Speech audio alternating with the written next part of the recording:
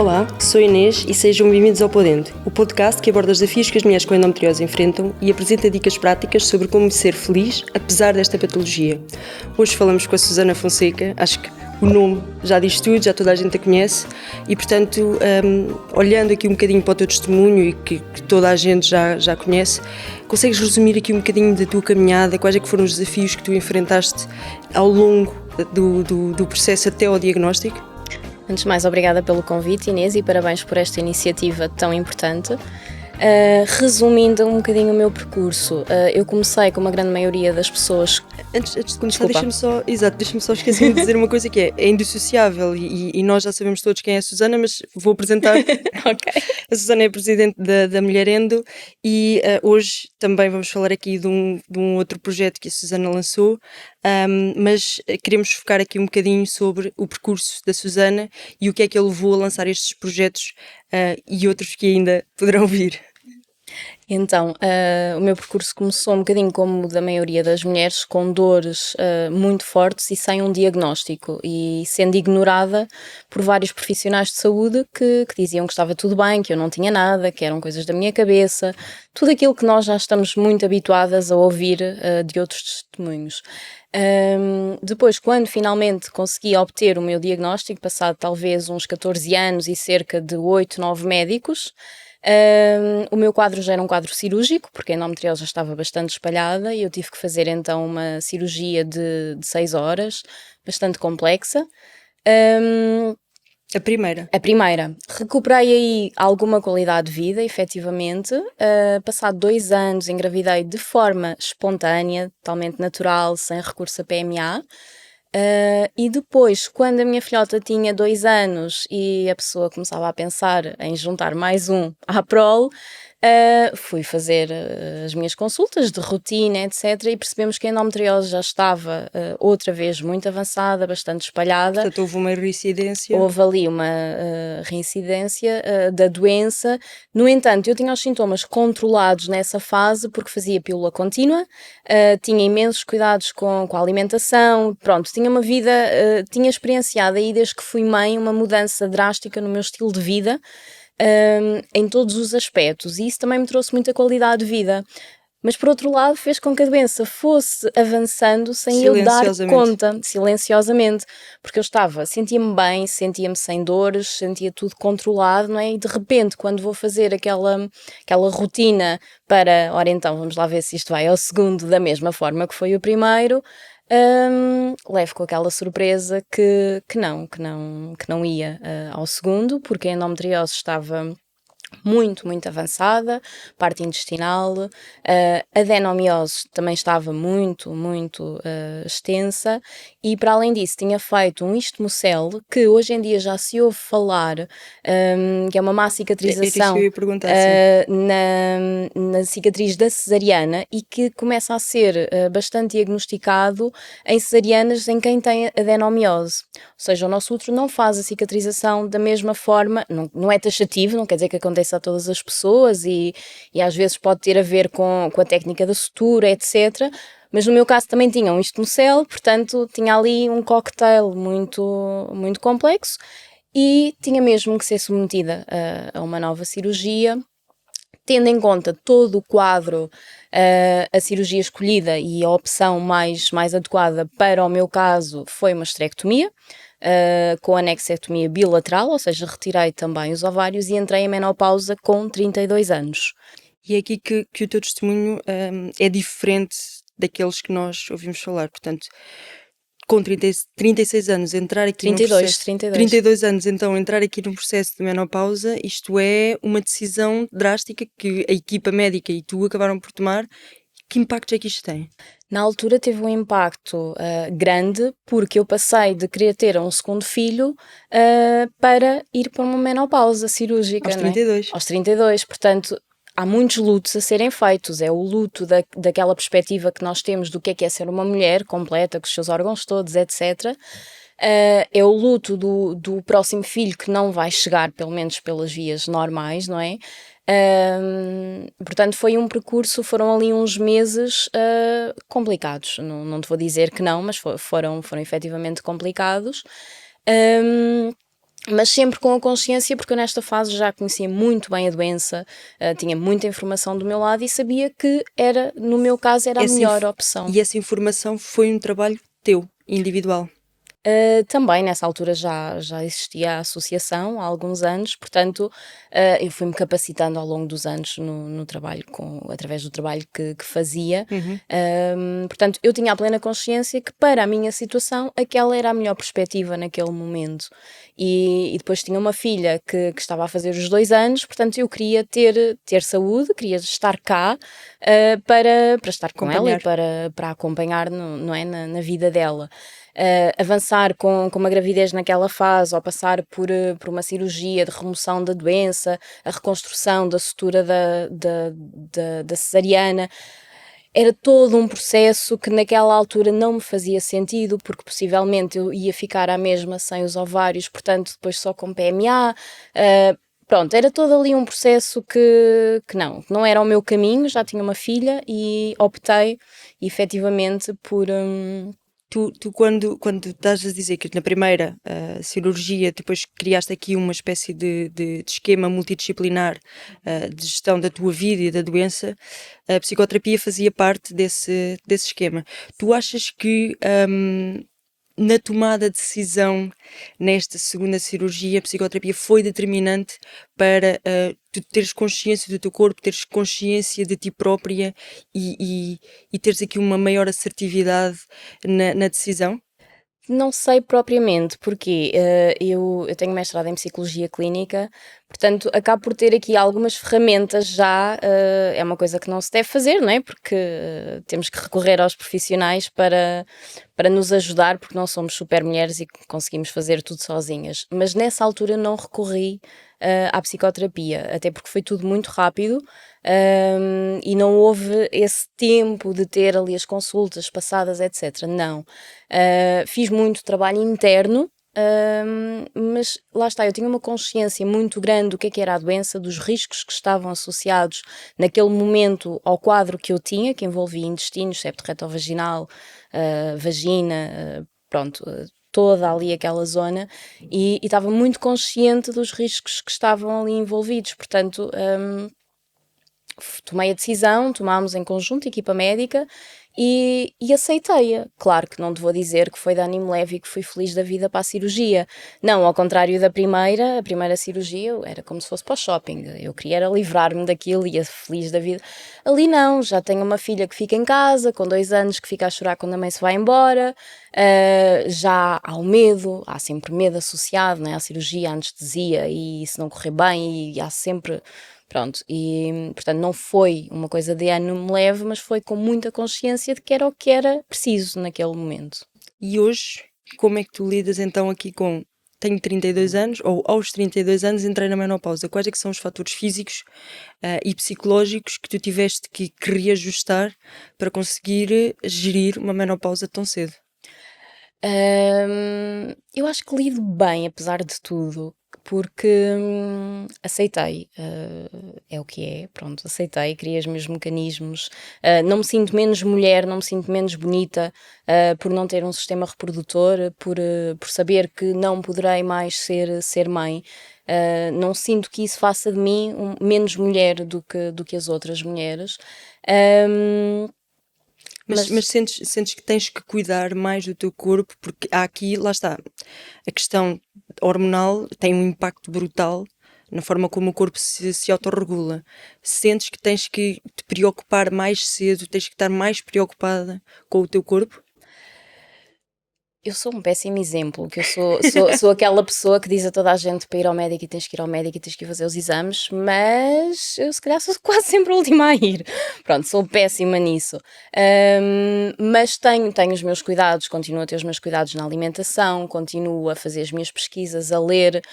Já tenho um quadro de osteoporose, neste momento com 38 anos. Portanto, eu sei que tenho que ter aqui determinados cuidados se quero durar até aos 90 como a minha avó, não é? Portanto, sei que tenho que ter efetivamente cuidados, mas não sou aquela pessoa, ou seja, não foi isso que me tornou se calhar demasiado obcecada a querer controlar tudo, porque eu em determinada altura da minha vida eu aprendi que eu não controlo nada.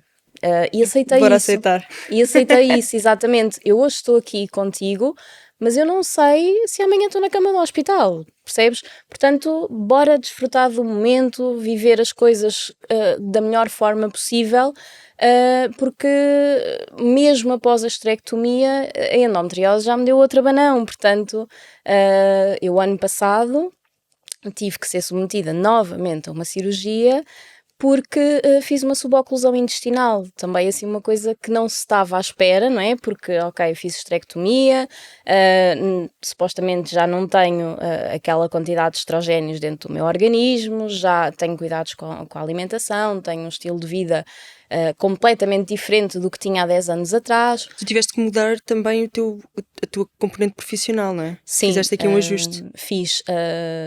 Primeiro fiz por causa mesmo da endometriose, porque eu sou licenciada em primeiro ciclo, portanto eu dava aulas a crianças e na altura que comecei a trabalhar nessa área, eu não estava em condições para fazer um concurso público e ir parar atrás do sol posto sem um hospital, não podia mesmo, e não podia ir parar a um sítio onde não tivesse suporte familiar, porque a qualquer altura era preciso ir para o hospital, percebes? Nessa fase da minha vida, portanto tive que redirecionar aqui um bocadinho a minha vida profissional e hoje em dia acabei por redirecionar ainda mais por causa da mulherende, efetivamente. Exato, porque depois, apesar destes disrupções todos na tua vida, ainda há força e há uma espécie de uma motivação, uma missão para criar uma associação. Conta-nos aqui um bocadinho esta história, o que é que te motivou então, no meio da caminhada que estavas a passar, decidiste então criar aqui uma associação. Este projeto nasceu no dia em que eu tive o meu diagnóstico, efetivamente. Ou seja, a associação faz 10 anos este ano, mas já tem mais uns quantos sem ser associação. Foi um projeto pessoal. Digo desde já que parece que tem 10 anos, mas parece que já cá está há 20 ou 30, não é? Foi um projeto pessoal que nasceu com um simples blog na altura, porque no dia em que um médico me diz não, é endometriose, está muito avançada, vamos ter que fazer estes exames todos, não havia informação nenhuma em Portugal, não havia nada. Eu não sabia como é que era a preparação para uma ressonância magnética, porque nunca tinha feito, não sabia o que era um clister opaco, não sabia como é que era a cirurgia da endometriose. Em Portugal não havia informação nenhuma e eu já tinha demorado 14 anos até chegar àquele dia. Portanto, naquele dia, quando eu volto para casa, eu vou na minha viagem a pensar: eu tenho que partilhar este conhecimento. Isto tem que mudar, isto tem que mudar. Eu não estou doida, portanto, bora cá fazer alguma coisa para mudar esta realidade. E comecei assim a fazer uma partilha muito informal de todo aquele percurso que eu fiz após aquela primeira consulta, desde os exames, questões mais burocráticas com o seguro de saúde. Que ainda hoje persistem, não é? Pronto, essas coisas todas. Portanto, eu fui fazendo essa partilha em modo muito pessoal e depois foram chegando até mim várias mulheres que também tinham o diagnóstico ou com a minha partilha suspeitavam que poderiam ter endometriose. Juntámos-nos todas num fórum, que hoje já não existem fóruns, não é? Mas antigamente era uma coisa muito engraçada, que eram os fóruns, e depois juntei um grupinho do qual fui ficando mais próxima. E efetivamente, passado talvez 4 anos deste primeiro dia, criámos então a associação. Qual é que é? Obviamente que hoje o propósito acaba por ser diferente, porque é dinâmico e os resultados estão a aparecer e, portanto, agora é necessário uma fase de maturação diferente, mas qual é que é o objetivo da associação? Qual é que é a missão? Para que é que serve? E mais do que isso, qual é que consideras ser o impacto que a associação tem tido hoje? A associação tem vários objetivos, porque somos a única, portanto temos que bater em todas as portas, no fundo. Nós fazemos o objetivo de divulgar a doença, fazer sensibilização junto dos mais novos para a existência da doença, vamos às escolas fazer sessões de esclarecimento. Portanto, aqui nesta componente é um trabalho a longo prazo, só se vê o resultado daqui a uns anos, mas é necessário fazer este trabalho? Não se vê só daqui a uns anos, porque efetivamente nas próprias sessões que nós fazemos na escola é muito engraçado, sem ter piada nenhuma, que ficam sempre 2, 3 meninas no final para falar connosco e dizem, eu tenho tantas dores, mas a minha mãe não acha que não é nada, ou eu tenho tantas dores, mas a minha mãe também tem, será que é isto, será que não é? Portanto, nós fazemos logo ali um trabalho de triagem. Muitas vezes depois falamos com os pais, conseguimos levar essas meninas à consulta e há vários... Este trabalho já é um trabalho que acontece há muitos anos e, efetivamente, já houve muitos diagnósticos precoces feitos ali naquela altura dos 16, 17 anos por causa destas sessões de sensibilização. Portanto, não é tão a longo prazo como isso, porque apanhamos muitas E aqui vezes estava a aquelas pensar, meninas... é espetacular estares a dizer isso, porque eu não estava a olhar para essa perspectiva, estava a olhar para a perspectiva de mudança cultural, Sim, isso sem e aí é a dúvida. longo prazo. Sim, sim, Mas é sim. interessante perceber que numa turma ou numa escola em que tens 50 adolescentes a olhar para ti, enquanto estás a apresentar a associação, enquanto estás a explicar qual é que é o problema, como é que funciona o sistema reprodutor, etc, etc, é interessante perceber que aquilo que nós considerávamos há uns anos como, nem é na questão normal, é como um tema tabu. Sim, sim, sim, Hoje sim, sim. já tens 2, 3 crianças, 2, 3 adolescentes que vêm ter contigo, que te conheceram há uma hora atrás e que vêm ter contigo falar e questionar. É assim, nós fizemos uma formação na associação, capacitámos 16 pessoas para fazer estas Outra coisa que ações. fizeram, não é? Sim, estas ações ao longo do país. Temos pessoas no Porto, no Algarve, Lisboa, pronto, espalhadinhas por todo para tentar abranger o Já daqui a território. bocadinho vão para a parede. Exatamente, tentar abranger aqui o território nacional. E nessa formação também fizemos formação em comunicação, porque também é muito importante nós conseguimos ganhar a confiança destes miúdos quando estamos ali, porque senão somos só umas estranhas a falar de uma coisa que eles não falam nem com as mães, não é? Portanto, acho que essa parte, a forma como nós conseguimos chegar até eles também traz muito retorno depois. Portanto, tens estas sessões, tens a formação de pessoal para Sim. dar estas formações e depois há a componente de apoio ainda. Temos componente de apoio direto a quem já tem o diagnóstico ou quem suspeita que tenha a doença, mas ainda não tem o diagnóstico. Fazemos o encaminhamento para especialistas. Quando já têm o diagnóstico e até já estão com especialistas na área, mas tudo isto é um mundo e há muita coisa que tu podes fazer para melhorar a tua qualidade de vida. E os médicos, a consulta é muito curta para abordarem estes assuntos todos e para tirarem todas as dúvidas. E às vezes também nós, enquanto pacientes, não nos lembramos de tudo lá. Às vezes lembramos-nos de coisas assim que a porta fecha. Sim. Pronto. E então nós também fazemos muito esse papel. A paciente contacta-nos e para tirar, às vezes, dúvidas que são simples, mas que, se não ficarem esclarecidas, podem causar moça na vida daquela doente. E aí fazem esse papel porque há um reconhecimento por parte da comunidade médica da vossa capacidade e da qualidade do trabalho que entregam. E a minha experiência é que quando fui diagnosticada com endometriose pela doutora Filipe Osório, na folha tinha as questões de nutrição, o que é que podia, não podia comer, o que é que devia de fazer, e depois em baixo Associação Mulherente. Portanto, há aqui um reconhecimento por parte da comunidade médica para todas as dúvidas vai ter com a associação. Sim, porque nós fazemos também este trabalho muito próximo com os médicos, tentamos trabalhar em conjunto com eles, tudo o mais possível mesmo, integrá-los, porque nesta doença é muito, eu acho que em todas, mas nesta, que é aquela que nós conhecemos melhor, é muito importante haver esta proximidade, os médicos também virem para o nosso lado, da mesma forma que para o mês que vem eu vou a um congresso de médicos, percebes? Ou seja, há aqui esta interligação entre nós que faz com que confiemos a 100% no trabalho uns dos outros e que possamos trabalhar em conjunto. E às vezes, se eu estou muito preocupada com uma doente porque acho que ela precisava mesmo de uma consulta extra ou precisava de ir ao psicólogo, o que seja, eles estão disponíveis. Eu telefono e digo, olha, eu preciso aqui de ajuda, se calhar precisamos de arranjar aqui uma estratégia para falar com esta doente. E este trabalho ajuda muita gente, pronto.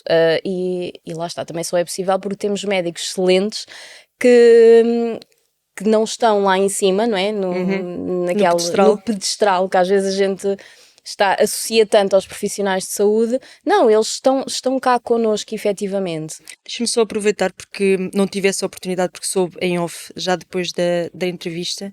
Eu gostava de agradecer ao Dr. João e ao Dr. João Sequeira Alves e à Dra. Filipe Osório, que na gravação que vieram fazer, vieram fazer no intervalo de cirurgias.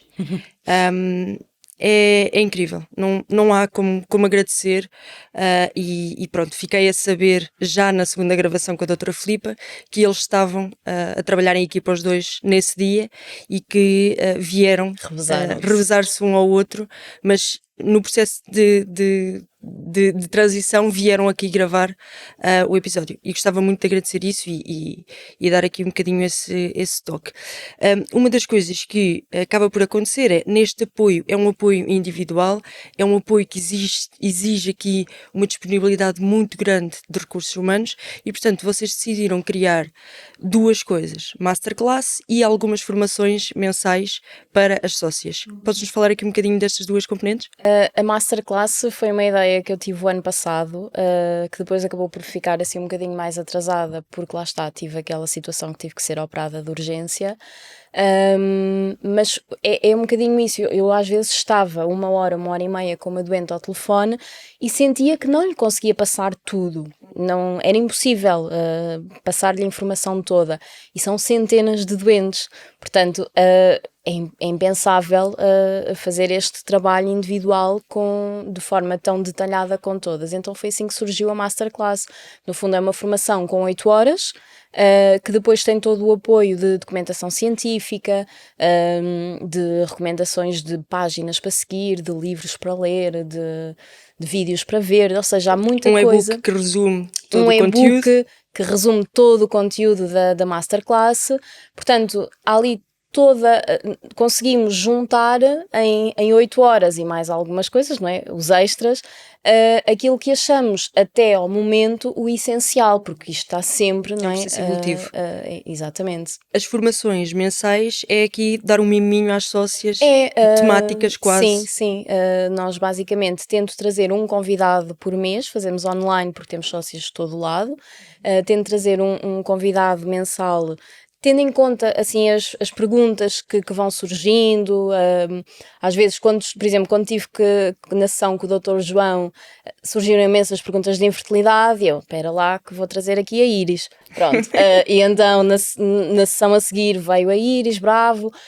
Portanto, vamos tentando dar resposta à grande maioria das dúvidas que surgem com essas sessões, com as sócias, que depois também têm ali um momento fora, consultas, às vezes para estar um bocadinho com o seu médico também, e para haver também este relacionamento sem ser só no ambiente mais consultório, empático entre os dois. Sim.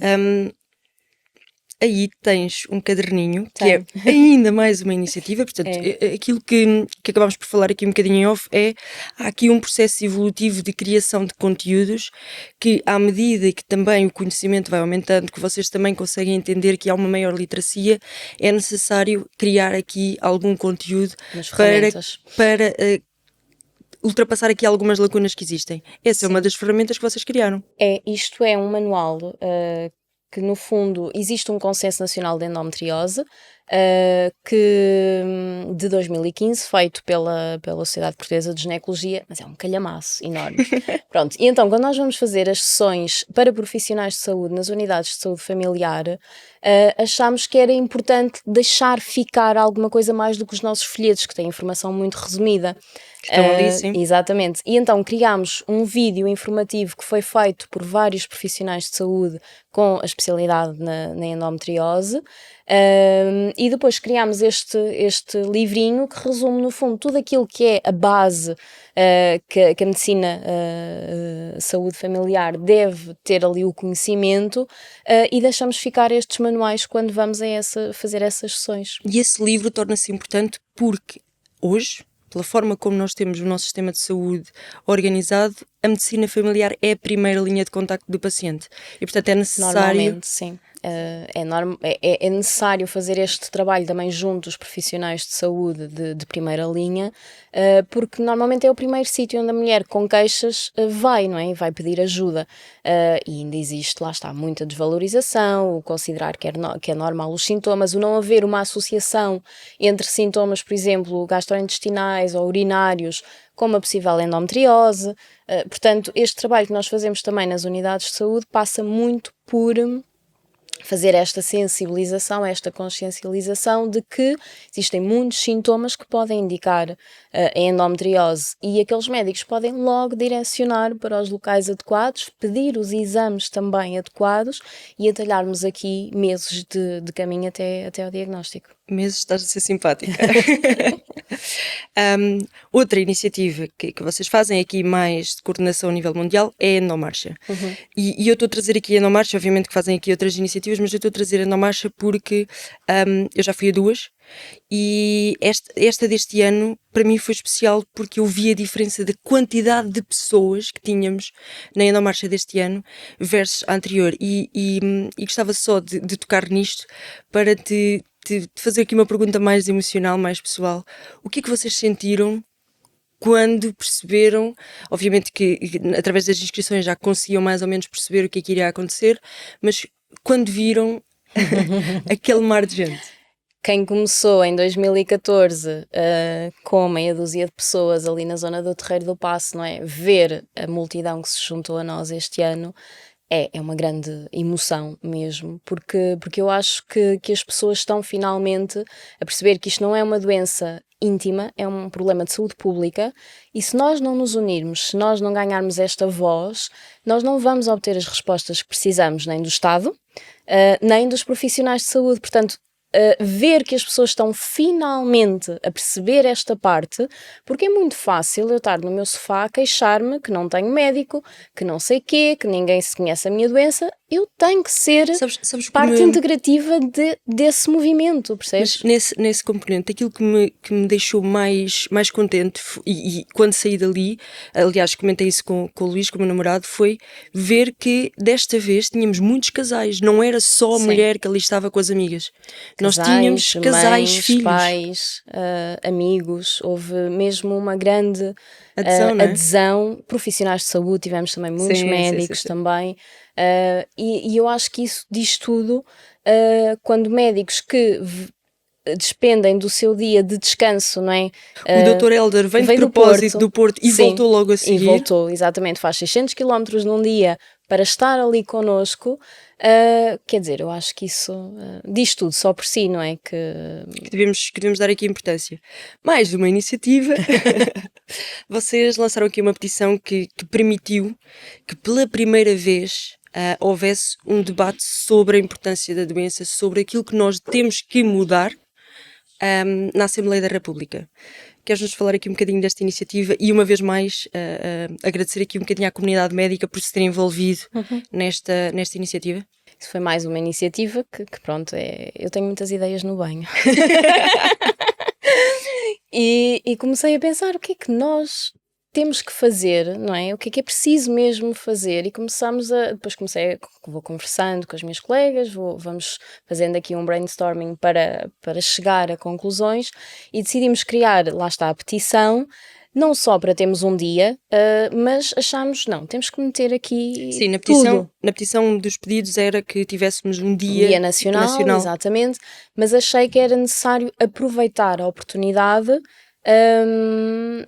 para meter tudo aquilo que é preciso e que era preciso debater e que era preciso estar em cima da mesa nessa petição. Então surgiu um documento com mais de 10 páginas, que demorou muito tempo a ser feito, porque aquilo nós tentámos que fosse muito bem justificado, que fosse muito bem redigido, depois foi corrigido e revisto. Blindado. Sim, foi corrigido e revisto também por todos os profissionais de saúde que o assinaram como primeiros peticionários. Portanto, houve aqui um trabalho prévio de meses, ou seja, não foi, vamos lançar uma petição, vou ali ao portal e escrevo qualquer coisa e depois peço... o que é que isto dá? Não, foi mesmo um trabalho que foi feito em consciência, e que foi um trabalho que demorou muito tempo a ser feito para ficar bem feito. E, modéstia à parte, estava muito bem feito.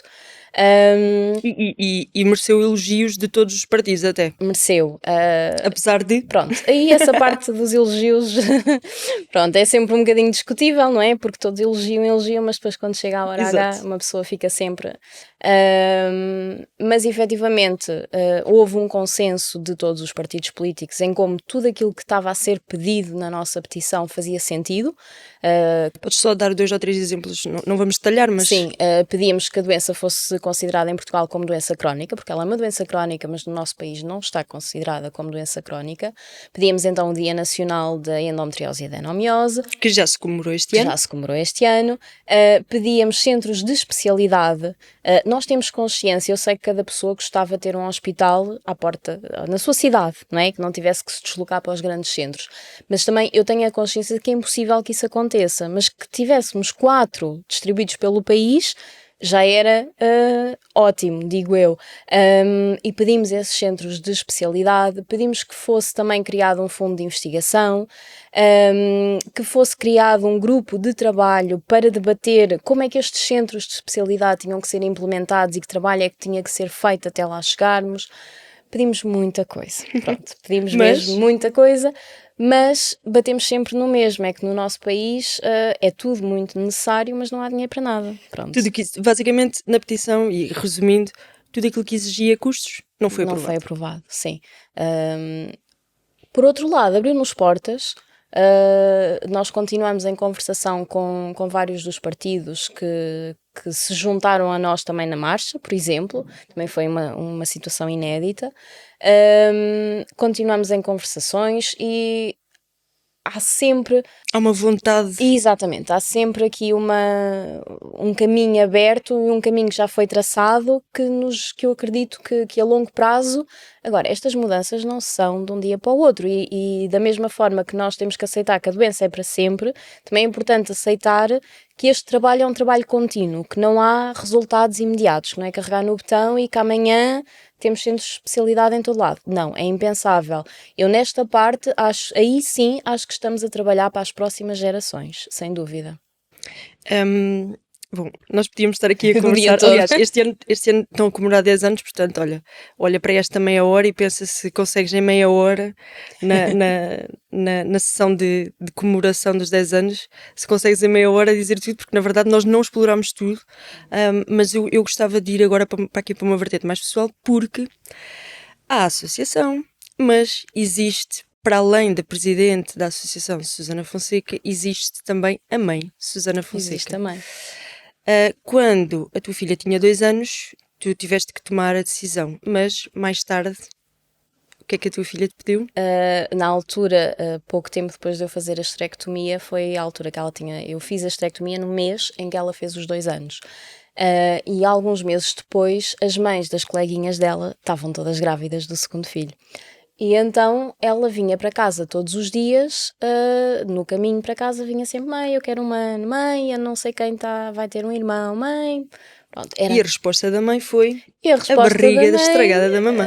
Não foi bem assim o estragada. O título do meu livro foi feito pela minha filha. Porque eu dizia que, olha, Bianca, a mãe tem um dói na barriga, ela era muito pequenina, pronto. Hoje em dia a minha filha sabe dizer o que é endometriose, sabe explicar tudo, mas na altura, né, tive que adaptar à idade dela e explicar-lhe que a mãe tinha um dói na barriga, que a casinha dos bebés onde ela tinha estado já não estava cá dentro, que tinha sido tirada, e pronto, expliquei-lhe ali o que era a endometriose, expliquei-lhe que não poderia vir a ter mais filhos na minha barriga, e ela chorou muito.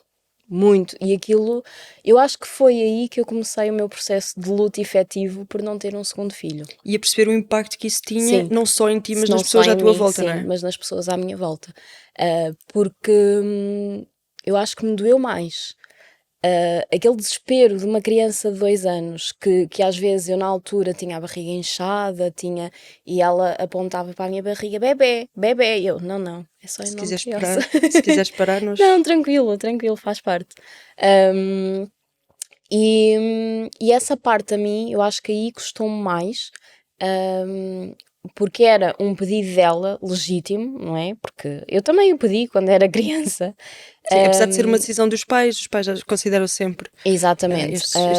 E ter que lhe explicar, e depois uma vez só não chega. porque estamos a falar de uma criança de 2 anos, não é? Que na semana a seguir volta a fazer a mesma pergunta e tu tens que explicar outra vez. E tens Tu consideras que este livro foi obviamente que é aqui uma tentativa de, primeiro, não existia nenhum livro infantil, portanto é Sim, não necessário existia criar nada, aqui um sim. livro infantil para que crianças como a tua filha pudessem Compreender? compreender Sim. e os pais tivessem aqui uma ferramenta que ajudasse. Mas tu consideras que este livro também foi uma forma de tu fazeres um luto? Talvez. Esse livro foi feito em plena pandemia, depois, já quando a Bianca tinha consciência de tudo e do que é que se passava, e quando começámos a ter conversas mais profundas sobre o assunto e ela já a usar termos mais técnicos, o útero, o endométrio, etc. E eu acho que esse livro acabou por ser, no fundo, o virar da página.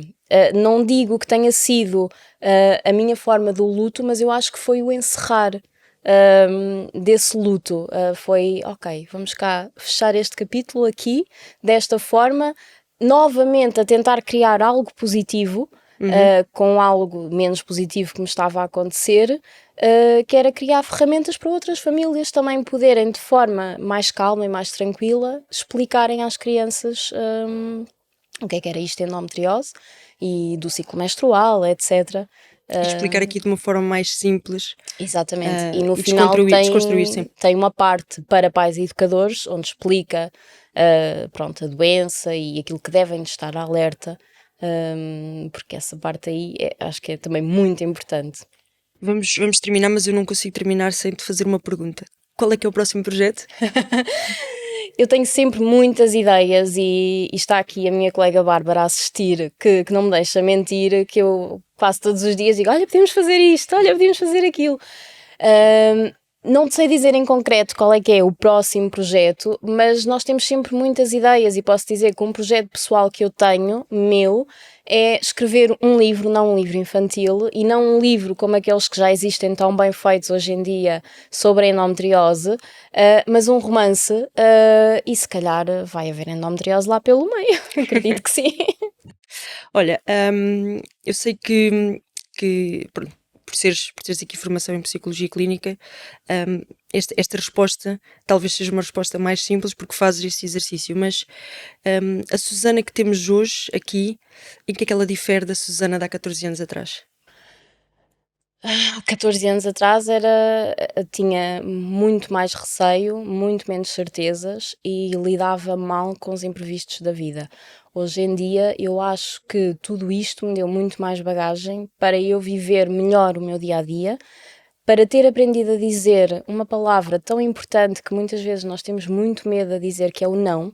Eu não quero ir ali, eu não quero fazer isso, eu não vou fazer, porque o meu tempo é muito precioso. E Eu quero viver o presente. exatamente, eu acho que a Susana de hoje é muito mais consciente do dia a dia e das escolhas que quer fazer para si. Isto é muito estranho, está a falar de mim na terceira pessoa, mas, mas eu acho que sim, que sou muito mais consciente daquilo que eu quero para mim e da forma, do estilo de vida que eu quero. Não tentando corresponder às expectativas alheias, porque eu não tenho que responder às expectativas alheias, eu tenho que responder Portanto, às minhas expectativas. É interessante ver este exercício e ver esta assertividade como falas nisto, porque quando eu procuro olhar para o copo meio cheio e penso que tenho endometriose e o copo meio cheio traz-me este autoconhecimento que é valioso e que me diferencia de todas as pessoas. Portanto, aquele hashtag endoguerreiras não é por acaso. Nós somos Não. efetivamente umas guerreiras e a endometriose tem esta componente positiva que nos permite percebermos que somos capazes de tudo. De tudo, eu acho que sim, porque é uma doença que mexe com tudo na nossa vida. No meu caso, mexeu com a profissão, mexeu com a minha família, com os meus planos de familiares, mexeu mesmo com tudo, tudo. Mas eu ainda assim consigo sentir, não, eu é que tenho as rédeas, porque eu aprendi que se calhar o sítio onde eu estava também não era aquele onde eu queria estar. E hoje em dia eu faço aquilo que eu gosto, eu acho que encontrei a minha missão de vida, literalmente. Eu ouço às vezes muitas pessoas, sei lá, com 40, 50 anos a dizerem, ainda não sei bem o que é que ando aqui a fazer. Não, eu sei, eu posso dizer que já há muitos anos eu sei o que é que ando aqui a fazer e acordo à sexta e ao sábado com o mesmo sentimento de é segunda-feira, ou segunda-feira é segunda-feira, bora trabalhar, bora fazer isto. Percebes? É com gosto que faço aquilo que faço. Portanto, eu acho que aquilo que resume bem, no fundo, todo este processo é que eu consegui transformar o pior que a minha vida me deu, no fundo, Transformar uma dor no melhor, numa missão. no melhor, porque no meu dia-a-dia e mesmo às vezes a Bianca pergunta, mãe, trabalhas muito? Porque eu faço muita coisa às vezes à noite, quando ela vai para a cama, etc. E eu, filha, a mãe trabalha muito, mas a mãe adora o que faz, portanto eu não sinto que estou a trabalhar muito. Eu acho que isso é super importante, não teres essa carga e ter conseguido chegar a esse patamar, está tudo É uma certo. satisfação. É, sem dúvida. Olha, Susana, obrigada. Obrigada eu. Obrigada pelo apoio que vocês me estão a dar aqui neste projeto, pelo feedback e mais do que isso, pela alteração da preparação desta conversa, porque acredito que ela tenha sido efetivamente mais proveitosa por termos feito nestes moldes versus a primeira versão que eu vos tinha apresentado. Por hoje é tudo, acabamos aqui este episódio. Se gostaram do episódio, se gostaram do projeto, partilhem-nos com os vossos amigos. Este episódio é um dos mais importantes porque apresenta e mostra o trabalho e a capacidade que a Associação Mulher Endo tem e teve para mudar e para impactar aqui a sociedade. Partilhem-no ao máximo, partilhem o testemunho da Susana e não se esqueçam, façam follow nas redes sociais, Facebook, Instagram, TikTok e subscrevam o podcast no nosso site para estarem atentos aos próximos episódios. Obrigada!